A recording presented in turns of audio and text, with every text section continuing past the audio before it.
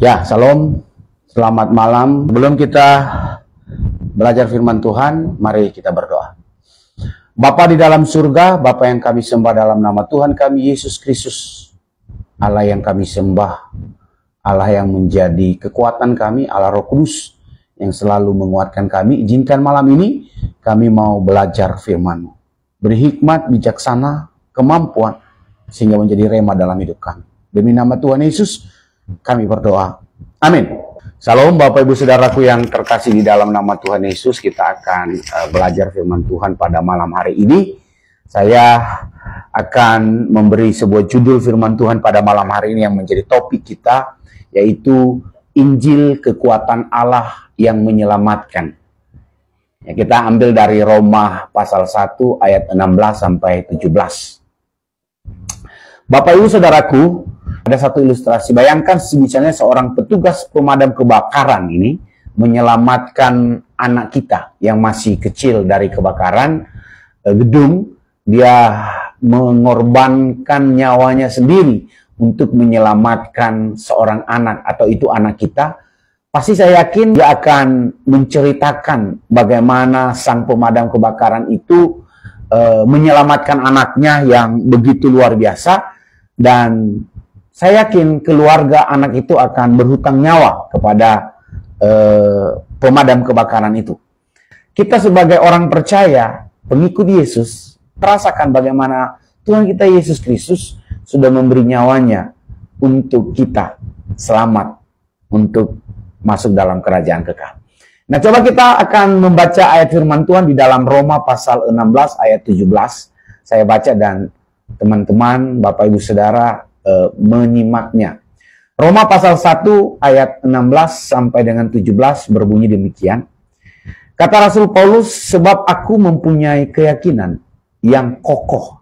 Sekali lagi, sebab aku mempunyai keyakinan yang kokoh dalam Injil. Karena Injil itu adalah kekuatan Allah yang menyelamatkan. Setiap orang yang percaya, pertama-tama orang Yahudi, tetapi juga orang Yunani, sebab di dalamnya nyata kebenaran Allah yang bertolak dari iman dan memimpin kepada iman, seperti ada tertulis, orang benar akan hidup oleh iman. Nah, ini yang menjadi sebuah topik kita yang akan kita renungkan pada malam hari ini, sehingga menjadi rema dan kekuatan dalam hidup kita. Di dalam Roma pasal 1 ayat 16 sampai 17, kita akan belajar bersama-sama tentang kebenaran bahwa Injil adalah kekuatan Allah yang menyelamatkan. Nah, ada 3 kebenaran bahwa Injil adalah kekuatan Allah yang menyelamatkan.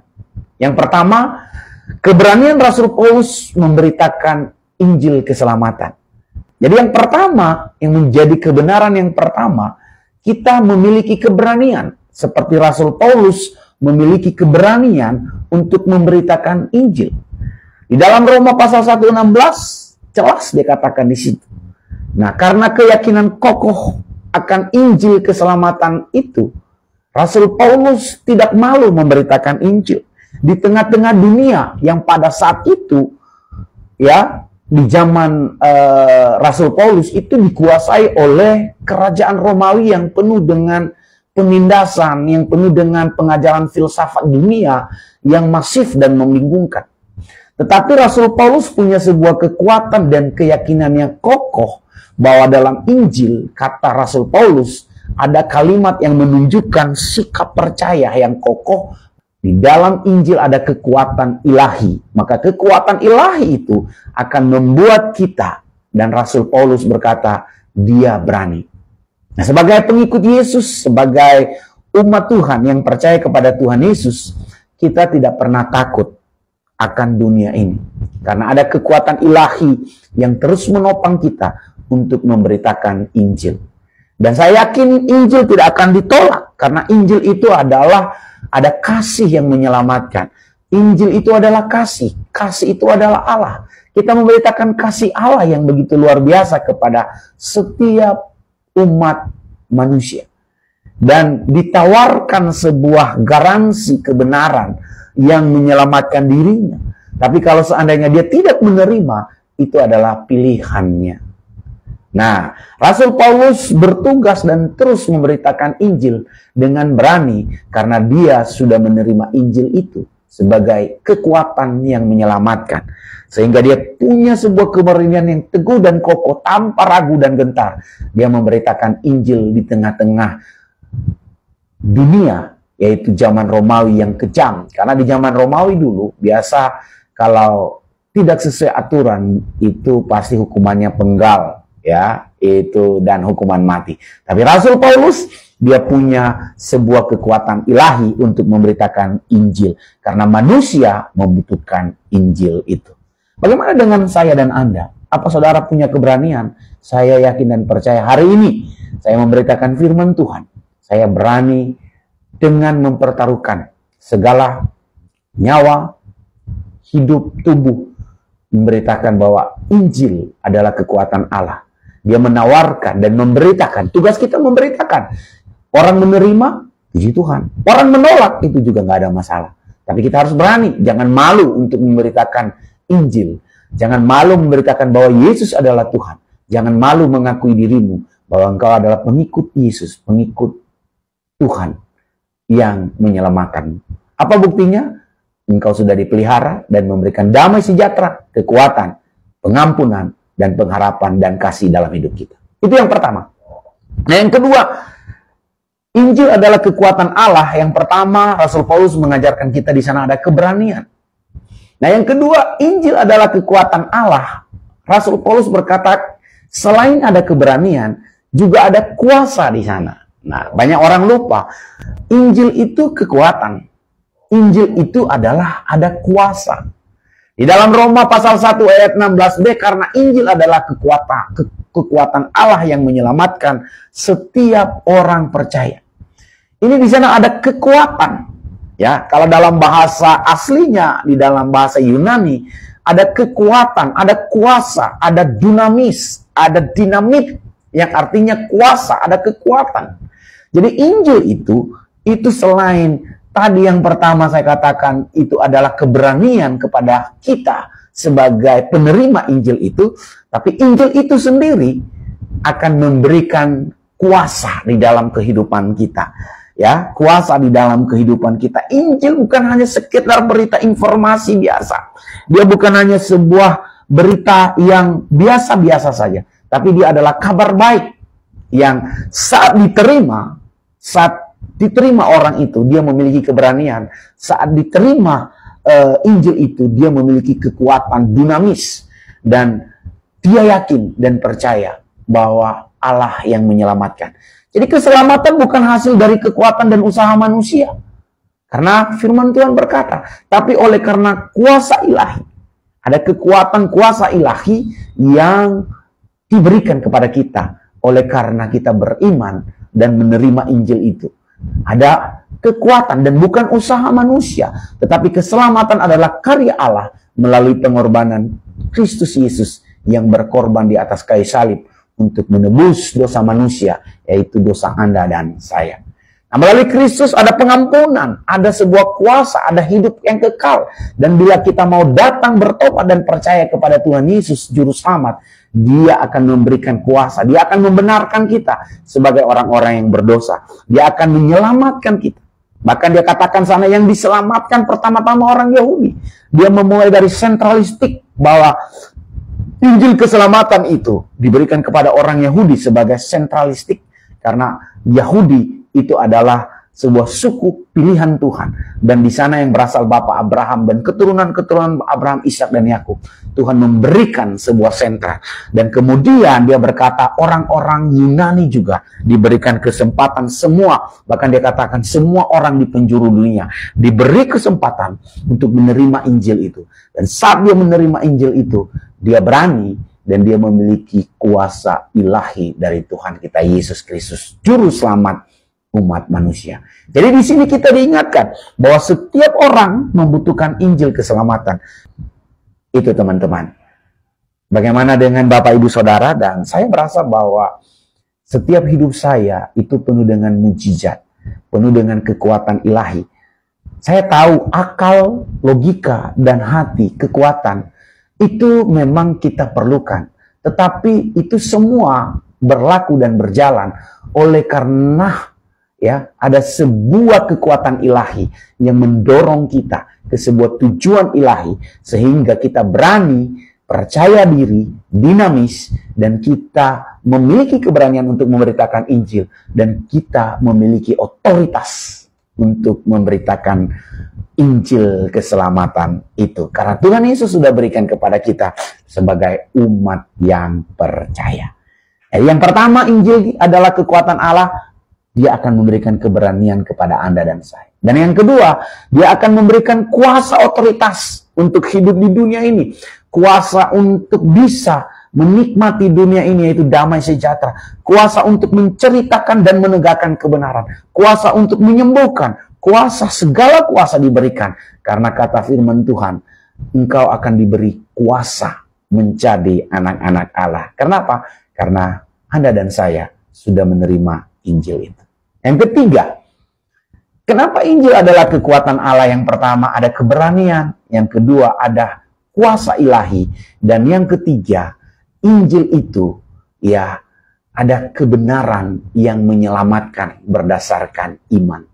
Di dalam Roma 1 ayat 17, sebab di dalamnya nyata kebenaran Allah yang bertolak dari iman dan memimpin kepada iman, seperti ada tertulis, orang benar akan hidup oleh iman. Jadi orang hidup di dunia tanpa iman, tanpa kebenaran Allah, maka hidupnya tidak memiliki arah. Hidup manusia tanpa kebenaran Allah, maka hidupnya menjadi gundah gulana, sepi. Tanpa kebenaran Allah, hidup manusia menjadi hidup yang sia-sia dan tidak berarti, kata pengkhotbah. Kata pengkhotbah, semuanya sia-sia seperti menjaring angin. Tetapi di dalam pasal 12, takut akan Tuhan. Ada kebenaran Allah, ada Injil di sana, maka semua bernilai dan bermanfaat. Kata kalimat sebab di dalamnya nyata kebenaran Allah. Kebenaran Allah ini kalau kita lihat di dalam bahasa aslinya Yunani, dikaiosne theo. Ya, ada dikaiosne theo. Artinya ada kebenaran Allah. Tidak ada yang menyatakan kebenaran manusia. Kebenaran manusia itu relatif. Tapi kebenaran Tuhan itu absolut. Nah, waktu kita menerima kebenaran Allah, yang kita tahu dari kabar baik, dari Injil kebenaran, maka kita memiliki kebenaran-kebenaran ilahi. Kebenaran dari Allah yang mengarahkan, menuntun hidup kita, hidup di dalam dunia ini. Banyak orang hidupnya tidak dituntun oleh kebenaran, tapi dituntun oleh situasi dunia, dituntut oleh tradisi dunia, dituntut oleh akal dunia. Tetapi saya tidak mengatakan akal, adat itu tidak penting, tidak. Tetapi ada kebenaran-kebenaran di dalam Allah yang kemudian tidak melebihi dari semua akal manusia, logika, dan ilmu pengetahuan. Karena kebenaran Allah, ia adalah sumber dari pengetahuan. Ia adalah sumber daripada tradisi. Ia adalah sumber dari seluruh kejadian di atas dunia ini. Karena Injil adalah Injil yang menyelamatkan. Dia adalah Alfa dan Omega. Dia adalah awal dan yang akhir. Siapa dia? Injil kebenaran itu Tuhan kita Yesus Kristus. Jadi kalau kita memiliki dasar Injil kebenaran, ada dasarnya, saya yakin dan percaya Injil itu akan menyelamatkan karena ada kebenaran Allah di dalamnya. Ada kebenaran yang absolut, ada kebenaran yang teosentris di dalamnya, bukan antroponsentris. Tentu itu menjadi sebuah keyakinan percaya diri kita. Di dalam Habakuk pasal 2 ayat 4b dia berkata, tetapi orang yang benar itu akan hidup oleh percaya. Nah, firman Tuhan menunjukkan di dalam kehidupan kita sebagai orang percaya bahwa kita ditopang oleh iman. Dalam konteks Habakuk, umat Allah diperintahkan untuk percaya kepada janji Tuhan. Nah, hari ini, di zaman anugerah ini, Tuhan perintahkan kita untuk percaya kepada Injil yang menjadi kekuatan Allah. Iman itu merupakan sebuah pintu masuk untuk kita memulai. Ada sebuah kebenaran Allah di dalam Injil adalah kekuatan Allah. Seperti yang dikatakan Paulus di dalam Galatia pasal 2 ayat 20, dia berkata, Namun aku hidup, tetapi bukan lagi aku sendiri yang hidup, melainkan Kristus yang hidup di dalam aku. Dan hidupi yang kuhidupi sekarang di dalam daging ini, kata Rasul Paulus, adalah hidup oleh iman dalam Anak Allah yang telah mengasihi aku dan menyerahkan dirinya untuk aku.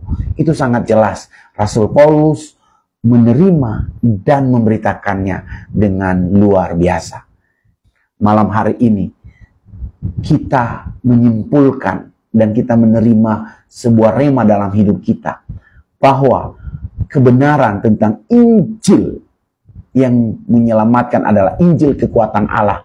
Yang pertama, kenapa Injil adalah kekuatan Allah yang menyelamatkan? Yang pertama, karena Injil itu memberikan keberanian kepada Anda dan saya. Yang kedua, karena Injil adalah kekuatan Allah itu, dia memberikan kuasa ilahi kepada Anda dan saya untuk melakukan perkara-perkara luar biasa di dalam dunia ini untuk hormat kemuliaan Tuhan. Dan yang ketiga, Injil adalah kekuatan Allah karena di dalam Injil ada kebenaran absolut Allah yang sudah diberikan di dalam nama Tuhan Yesus yang menuntun kita untuk hidup di akhir zaman sampai kita kembali kepadanya. Nah, itulah yang menjadi perenungan kita. Mari saudara-saudari, teman-teman, percaya kepada Injil kekuatan Allah. Injil memanggil Anda untuk percaya kepada Tuhan Yesus. Karena dia akan memberikan keberanian kepada Anda. Dia akan memberikan kuasa ilahi kepada Anda. Dan dia akan memberikan kebenaran absolut untuk bisa hidup di dalam dunia ini. Demikian firman Tuhan yang saya bisa sampaikan pada malam hari ini. Segala hormat kemuliaan bagi Tuhan. Mari kita berdoa. Bapa dalam surga, terima kasih karena Engkau baik, sangat baik. Karena Engkau Allah kami, Allah yang luar biasa. Kami tahu ada satu hikmat Tuhan yang kami dapat di sana, bahwa Injil adalah kekuatan Allah. Kami tahu di dalam Injil kekuatan Allah itu ada keberanian. Ada keberanian dari Tuhan, ada kuasa ilahi yang Tuhan berikan kepada kami. Dan ada kebenaran absolut yang Tuhan berikan kepada kami. Hari ini kami mau terima itu Tuhan. Dan kami mau terapkan dalam hidup kami, di keluarga, di kantor, di rumah, dimanapun kami berada. Sehingga kami menjadi garam dan terang untuk menjadi alat-Mu untuk memberitakan Injil. Demikian firman Tuhan, ini doa dan permohonan kami. Demi nama Tuhan kami Yesus Kristus, kami berdoa. Amin. Terima kasih.